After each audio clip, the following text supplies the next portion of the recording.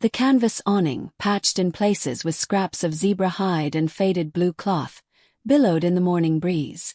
Maya secured it to the lower branches of the acacia, the familiar scent of sun-baked earth and acacia blossoms filling her nostrils. This was her clinic, her sanctuary. Her purpose nestled beneath the watchful gaze of the savannah. "Good morning, everyone," she called out, her voice carrying across the golden grasses. A chorus of chirps, trills, and soft grunts answered her.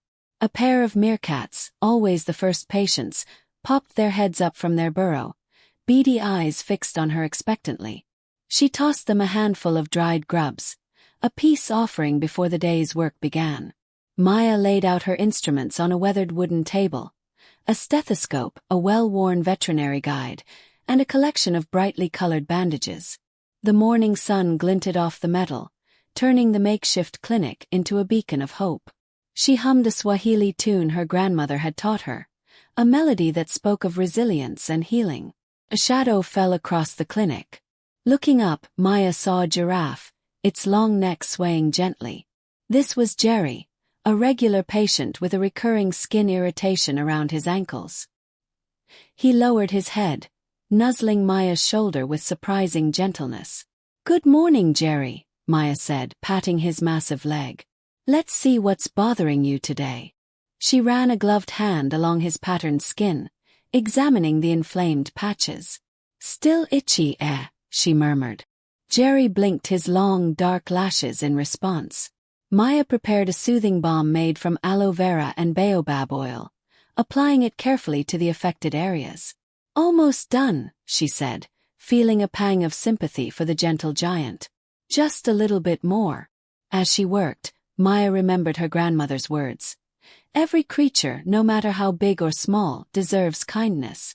They are all connected, woven into the fabric of this land." Her grandmother, a traditional healer, had taught her the secrets of the savannah, the healing properties of plants, and the importance of listening to the animals. She had passed down not only her knowledge, but also her unwavering compassion. Jerry shifted his weight, a low rumble emanating from his chest.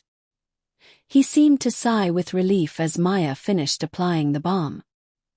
He nudged her again, a silent thank you, before lumbering back towards the distant watering hole. Maya watched him go, a sense of contentment washing over her. This was more than just a job, it was a calling. She was a guardian of the savannah, a protector of its creatures, a living testament to her grandmother's legacy. But even as she smiled, a flicker of unease crept into her heart. The drought was worsening, the animals were becoming more desperate, and she knew that harder days were coming. She just didn't know how much harder. Tears on the wind. The sound snagged on the wind, a sob torn from the throat of something large and in pain. Maya froze, her hand instinctively reaching for the tranquilizer gun at her side. It wasn't the roar of a lion, a territorial bellow, or the frustrated snarl she was accustomed to hearing during mating season. This was raw grief, a sound that resonated deep within her own chest. Cautiously, she moved towards the thicket of acacia trees where the sound originated, her boots crunching softly on the dry earth. The air hung heavy with the scent of dust and something else. Something metallic and sharp like blood. She gripped the tranquilizer gun tighter, her heart pounding a frantic rhythm against her ribs. Pushing aside a curtain of thorny branches, she gasped. Before her, bathed in the dappled sunlight filtering through the leaves, stood a lioness. But this was no proud queen surveying her domain. This lioness was hunched low to the ground, her magnificent mane matted and dusty, her usually golden eyes dull with despair. And clutched gently in her jaws was a tiny cub, no bigger than a domestic cat, its fur stained crimson. Maya lowered her gun slowly, her breath catching in her throat. The lioness, sensing her presence, raised her head, her eyes locking onto Maya's. Fear, pain, and a desperate plea swam within their depths. Maya could see the cub was injured. She could see that its back right leg was at an unnatural angle. "It's okay," Maya whispered, her voice barely audible above the rustling leaves. She took a tentative step forward, her hands outstretched in a gesture of peace. "I'm here to help." The lioness, however, remained wary, a low growl rumbling in her chest. Maya stopped, understanding that any sudden movement could trigger a defensive attack. She lowered herself to the ground, her gaze fixed on the lioness, projecting calm and reassurance. Minutes stretched into an eternity. The only sound was the soft whimpering of the cub and the gentle breeze whispering through the trees. Finally, the lioness seemed to relax slightly, her tense muscles easing. She took a hesitant step towards Maya, then another. When she was close enough, Maya could see the intricate details of her face, the scars that spoke of battles fought, the wisdom etched in the lines around her eyes. And in those eyes, Maya saw not a wild beast, but a mother desperate to save her child. The lioness lowered the cub to the ground with exquisite care. It was then that Maya saw the full extent of the injury. A gaping wound marred its small body, and its breathing was shallow and rapid. The lioness nudged the cub towards Maya, a silent plea etched on her face. Tears welled in Maya's eyes, mirroring the pain she saw reflected in the lioness's gaze. "I'll do everything I can," she promised, her voice thick with emotion. "I promise." Leo's fever. Maya knelt beside Leo, her heart hammering against her ribs. The playful cub now lay still, his usual bright eyes clouded with a dullness that sent a shiver down her spine. Nala watched, a low growl rumbling in her chest, a clear warning. Maya spoke softly. "It's all right, Nala. I need to see what's wrong." Slowly, cautiously, Maya reached out, her hand hovering before gently touching Leo's forehead. He was burning up. A fever raged beneath his fur, making him tremble. She ran her hand down his flank, feeling for any injuries. He flinched when she reached his left hind leg. "Easy, boy," she murmured, her fingers probing gently. Beneath the thick fur, she felt a swelling, hard and painful. Parting the fur, she gasped. 2 small puncture wounds, angry and red, marred his skin. Snakebite. Adrenaline shot through her. A venomous snake, likely a puff adder, judging by the swelling. Time was critical. "Nala, I need to help him. Can you trust me?" She met the lioness's gaze, her own filled with sincerity. Nala's eyes, usually sharp and guarded, held a flicker of fear, but she remained still. Maya scrambled back to her Land Rover, rummaging through her medical kit. Syringes, vials of anti-venom, fever reducers, antibiotics. The familiar tools of her trade suddenly felt inadequate against the primal threat of the savannah. She worked quickly, her hands moving with practiced efficiency, drawing up the correct dosages. Back at Leo's side, she cleaned the wound with antiseptic wipes, hissing softly as she worked. He whimpered, a small, pathetic sound that tore at Maya's heart. Nala nudged him gently with her nose, a silent reassurance. "Okay, Leo, this will sting a little," Maya said, injecting the anti-venom near the bite. She followed with a shot of the fever reducer. The cub flinched, but didn't struggle, trusting her implicitly. As the medicines began to work, Maya took a moment to examine the bite again. The swelling was already starting to subside, a small victory in the face of the lurking danger. But she knew it wasn't over. She would need to monitor him closely for the next few hours, watching for any signs of complications. She looked at Nala, her face etched with worry. "We need to keep him cool and hydrated." The fight to save Leo had only just begun. A mother's watch. The air hung thick and still, heavy with the scent of dust and something else, something acrid and medicinal that stung Maya's nostrils. Leo lay limp, his breathing shallow and ragged. Maya dipped a cloth in the lukewarm water and gently dabbed at the puncture wounds on his leg, now swollen and angry red. Nala hadn't moved. She remained a statue carved from tawny muscle and unwavering vigilance, her golden eyes fixed on Maya's every move. Trust, Maya knew, was a fragile thing, earned in increments, easily shattered. "It's important to keep the wounds clean," Maya murmured, more to reassure herself than Nala. She squeezed a few drops of the bitter herbal concoction onto the cloth. "This should help fight the infection." Nala shifted, a low growl rumbling in her chest, a sound that vibrated through the very ground beneath Maya's knees. It wasn't aggression, not exactly. It was pure, raw anxiety, a mother's desperate plea for her child's survival. Maya met her gaze, holding it steady. "I know you're scared," she said softly, her voice barely a whisper. "I am too. But I promise I'm doing everything I can." She applied the poultice, a mixture of crushed leaves and roots, its earthy smell a stark contrast to the metallic tang of blood.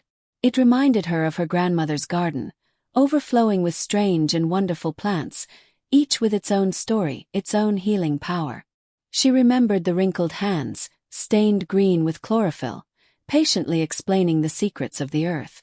"Always listen to the land, Maya," she could almost hear her say. "It will tell you what you need to know." Leo whimpered, a thin, pained sound that sliced through Maya's heart. She stroked his mane, the coarse fur rough beneath her fingers. "Easy now, little one," she soothed. "It's going to be all right." Nala took a tentative step closer, her nose twitching, testing the air, analyzing the strange scent clinging to Maya's hands. The growl subsided, replaced by a low, guttural hum, a sound of both worry and something akin to hope. Maya continued to tend to Leo, working with a focused intensity that pushed back the exhaustion gnawing at her. Every few minutes, she would glance up at Nala, offering a silent reassurance. The lioness remained a watchful guardian, her presence a constant reminder of the stakes.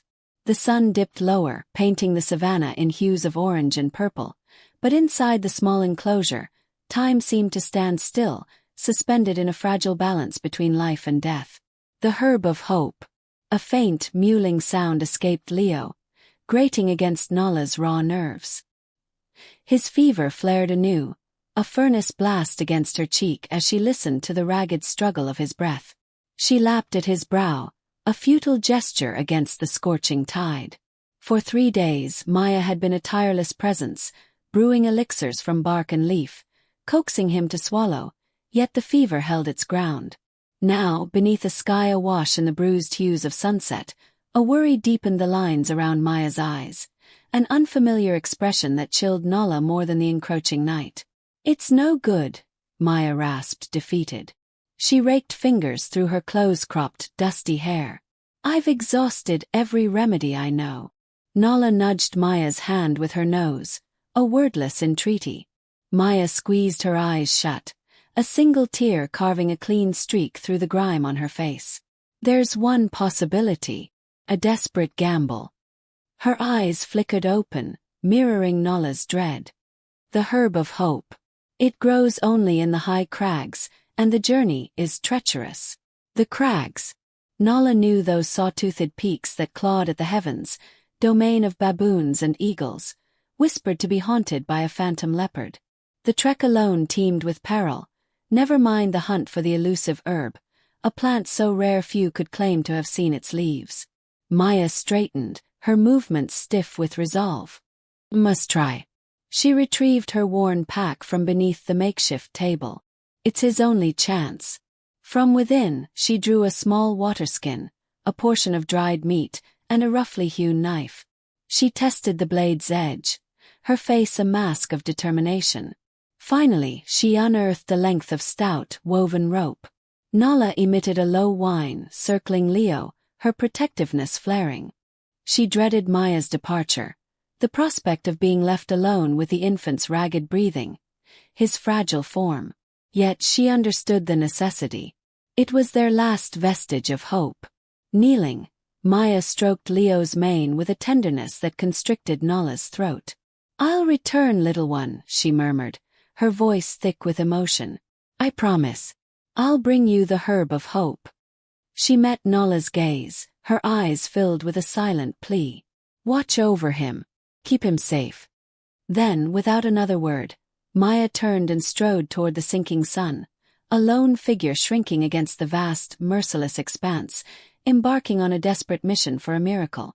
Nala watched her recede, a steadfast guardian, bearing the immense burden of Leo's uncertain fate. The baboons bluff. The air thinned with every upward step. Maya's lungs burned, each breath a shallow gasp.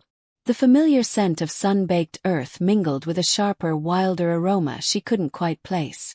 This far into the hills, the savannah felt a world away.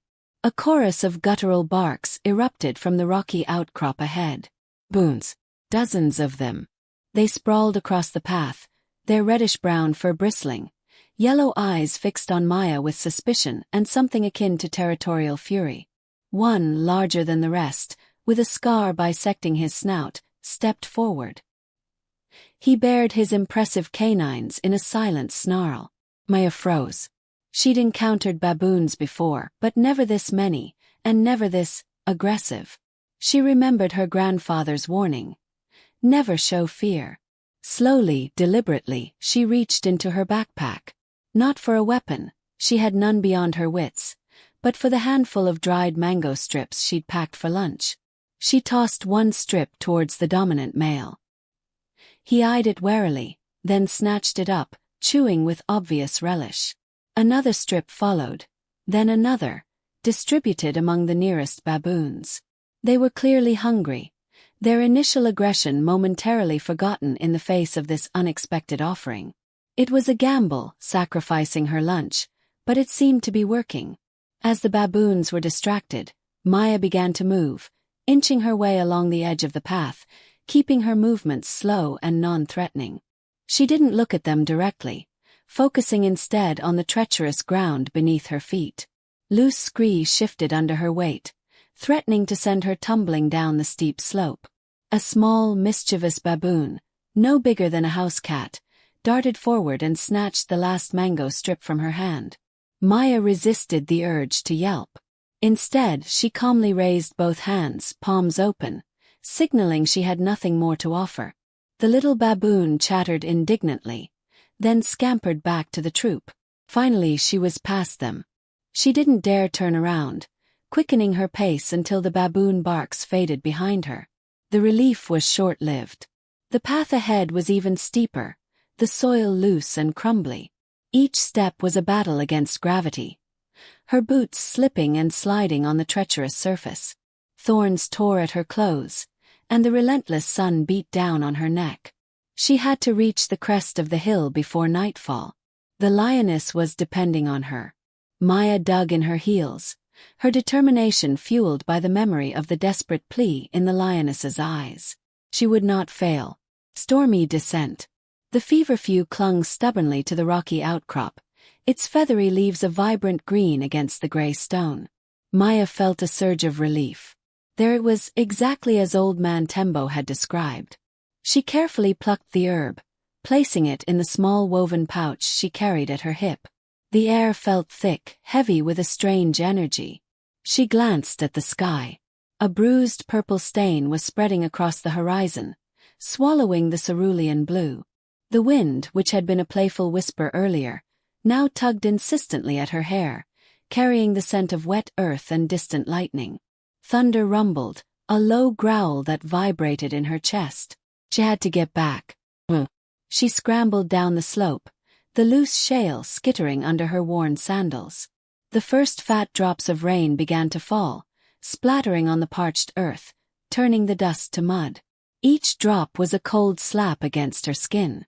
The hills, usually a comforting maze of familiar paths, now seemed treacherous and alien. The rain intensified, blurring the landscape into a gray watercolor. Maya navigated by instinct, her bare feet finding purchase on the slippery rocks. The wind howled, whipping her hair across her face, stinging her eyes. She tasted rain, metallic and wild. A flash of lightning illuminated the landscape, momentarily turning the world a stark white. She saw the gully ahead, swollen with rainwater, a churning torrent she would have to cross. Fear, cold and sharp, pierced through her. She searched for a place to cross, her heart pounding against her ribs like a trapped bird. Upstream, she spotted a cluster of rocks that might offer a precarious foothold. She tested the first rock with her weight, then another. They were slick with rain but seemed solid enough. Taking a deep breath, she started across. The water surged around her ankles, icy and powerful. One wrong step and she would be swept away. She focused on her balance, her muscles screaming with effort. Halfway across, a particularly strong gust of wind nearly knocked her off her feet. She gasped, flailing for a moment before regaining her footing. Finally she reached the other side, soaked and shivering but safe. The clinic, a small beacon of hope, was still a distance away. She pushed onward, her pace quickening, driven by the urgency of Leo's need. The storm raged around her, a furious symphony of wind, rain and thunder, but Maya ran on, the feverfew clutched tightly in her hand. The healing brew. The feverfew leaves, crushed between two sun-baked stones, released a pungent, earthy aroma. Maya mixed the paste with water from her canteen, stirring it until it formed a thin, muddy liquid. The air hung thick and heavy, mirroring the tension in the small clearing. She glanced at Nala, whose golden eyes were fixed on Leo, a low rumble vibrating in her chest. "It's ready," Maya said softly, her voice barely a whisper above the cicada's drone. Nala shifted, her gaze flicking to Maya, a question swirling within their depths. Trust warred with a primal protectiveness. She understood, though, the human girl was trying. She couldn't help her cub herself. Administering the brew was a challenge. Leo, despite his weakened state, instinctively resisted. He flinched at the smell, turning his head away from the proffered bowl. Maya knelt, speaking in soothing tones, her hand gently stroking his mane. "It's okay, Leo. This will help you feel better. Just a little sip." Nala nudged him encouragingly, her large head pressing against his flank. The gesture, full of maternal affection, seemed to calm him slightly. He allowed Maya to coax a small amount of the liquid between his teeth. He swallowed, grimacing but didn't fight. Slowly, painstakingly, they managed to get most of the brew down. Leo coughed, his body trembling. Maya wiped his mouth with a damp cloth, her heart aching for him. Now all they could do was wait. The sun climbed higher, beating down on the parched earth. Maya soaked another cloth in cool water and draped it over Leo's forehead. Nala remained by his side, never taking her eyes off him, her presence a constant reassurance. Hours crawled by. The air shimmered with heat. The only sounds were the buzzing of insects and Nala's soft, rhythmic breathing. Maya checked Leo's temperature again and again, her brow furrowed with concern. Still high. Too high. Then, finally, as the sun began to dip towards the horizon, she felt it. Slight decrease. Flicker of hope. She pressed her palm against his forehead again. Cooler. Definitely cooler. A soft sigh escaped her lips. She looked at Nala, her eyes shining with relief. "His fever is breaking," she whispered. Nala responded with a low purr, a sound of profound contentment. She licked Leo's head, a gesture of love and gratitude. The tense lines around her muzzle seemed to soften, replaced by a quiet serenity. The long, agonizing wait was finally yielding to the promise of healing. The air, still warm, now carried a subtle scent of hope. Family forged. The fever relinquished its grip sometime after midnight. Maya, still pressed against Nala's warm flank, jolted awake as a whimper escaped Leo, different from his previous cries of agony. This sound was weaker, an echo of intense thirst. Hours before, his fur had been a damp shroud clinging to his ribs. Now it felt almost fluffy beneath her palm. Nala nudged her gently, a low rumble in her chest. "Is he improved?" she questioned, exhaustion clouding her voice. Maya listened at Leo's chest.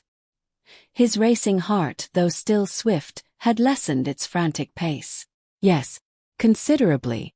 I think the crisis has passed." Relief washed over her, leaving her legs unsteady. She coaxed him to drink from her water skin. He lapped with feeble enthusiasm, but the gesture itself was a victory. The following days blurred, an endless loop of tending to Leo, Nala's watchful presence, and the sun's relentless glare. Gradually Leo's vigor resurfaced. He progressed from broth to nibbles of meat, his appetite blossoming with each dawn. Glimmers of playfulness flickered. A weak swat at Maya's hand. his eyes still disproportionately large in his gaunt face.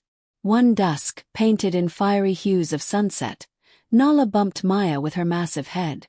"You gave him back to me," she voiced, the sound deep and resonant. "You saved my cub." Maya glanced up, surprised. "He saved himself," she countered softly, scratching behind Leo's ears as he settled against her thigh. "He has a fighter's spirit." Nala dipped her head, golden irises reflecting a profound emotion Maya hadn't witnessed before. "You risked much for us. For him." A pause, then a raw, almost vulnerable admission. "I possess little to reciprocate save my life. And my devotion." Maya reached out, touching Nala's rough muzzle, the coarse fur unexpectedly reassuring. "You owe me nothing, Nala. It's what anyone would have done." A low rumble resonated from Nala, a sound filled with disbelief. "Few are so inclined. Many would flee." Her gaze settled on Leo, then returned to Maya. "We are bound as kin now, yes?" Maya smiled, a genuine warmth spreading through her. "Yes, Nala, we are." And so, a family took root. An improbable trio forged in suffering and desperation.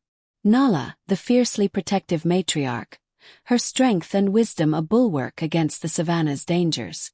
Maya, the human girl who dared to challenge nature's decree, her knowledge and empathy a salve for their wounds. And Leo, the diminutive, delicate cub, their shared reason for being. His innocent joy a light in the vast wilderness. They journeyed together, hunted cooperatively, slept intertwined for warmth and solace. Other creatures granted them ample space. A lioness paired with a human girl and a lion cub. The spectacle ignited hushed murmurs and birthed legends across the savannah. Some whispered of arcane forces, others of treaties forged with ancestral spirits. But all concurred. This extraordinary family commanded respect, and inspired a degree of trepidation. They were a potent force, an unbreakable alliance blossoming in the heart of untamed Africa.